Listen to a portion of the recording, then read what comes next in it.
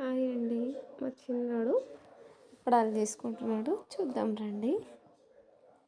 Evening వాళ్ళ daddy ఎమ్మటే fish పట్టడానికి వెళ్ళి తీసుకొని వచ్చాడు.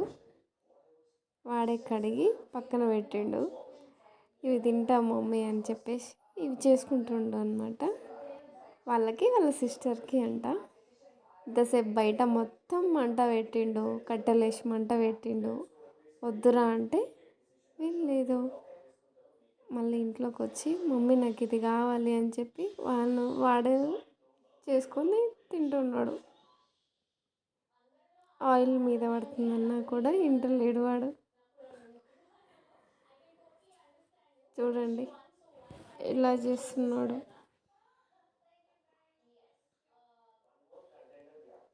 ఇంట్రెస్ట్ ఎక్కువ మా చిన్నోనికి బాగా ఫుడ్ మీద కానీ, ఇంకా ఏదైనా గేమ్స్ మీద కానీ, ఏదైనా రిపేర్ చేయడం కానీ, ఏదైనా కొత్త బొమ్మ లాంటివి చేసి దాన్ని మొత్తం నట్లు మొత్తం విప్పి మొత్తం ఖరాబ్ చేస్తాడు మా వాడు.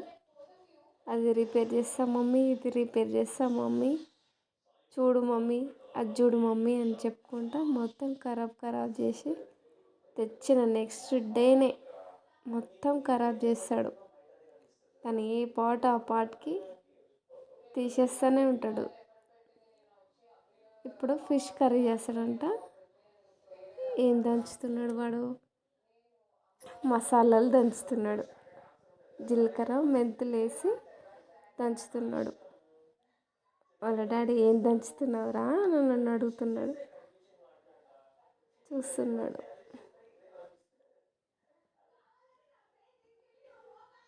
చిన్న రోళ్ళు వేసి ఇక దంచుతున్నాడు.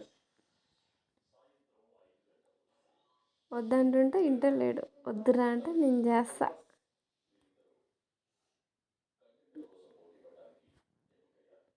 వాడికి దంచడానికి రావట్లేదు. నేను తీసుకొని పక్కకు పెట్టాను. ఇప్పుడు అల్లం ఎల్లిగడ్డ వేస్తున్నాడు, దంచుతున్నాడు.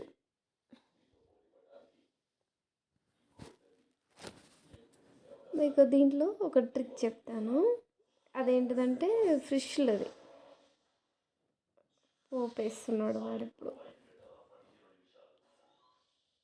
మిస్టేక్ ఏం చేసిండంటే అది మసాలాలు కూడా దాంట్లోనే వేసిండు. నేను లోపలికి పోయి వచ్చేసరికి మసాలా కూడా వేసిండు. జీలకర్ర మెంతుల పొడి దాంట్లో పోపులోనే వేసేసిండు. అది సెకండ్ టైం చేయడం, అది మర్చిపోయి వేసేసాడనమాట. అలా మళ్ళీ నేను తీసుకొని వేసేసాడు. వాడు గ్యాస్ అంతా లేడు, వాడు వంటలు చేస్తా అని అంటున్నాడు. కొంచెం ముందరికి వస్తే మూతి కాలుతుంది.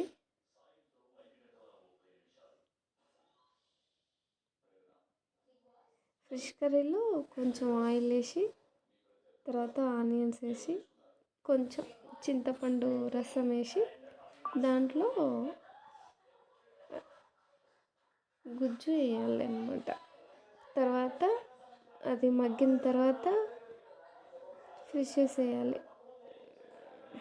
ఫిషెస్ దాంట్లో దాన్ని స్కిన్ తీసేస్తే కొంచెం ఆ స్మెల్ అనేది రాదు. ఇది పామ్లెట్ చేపలు అంటారు కదా, దాంట్లోకి స్కిన్ తీసేస్తే అది రాదు, స్మెల్ రాదు. మీకు ఇంకొకసారి చేపల వీడియోస్ పెట్టినప్పుడు నేను పెడతాను.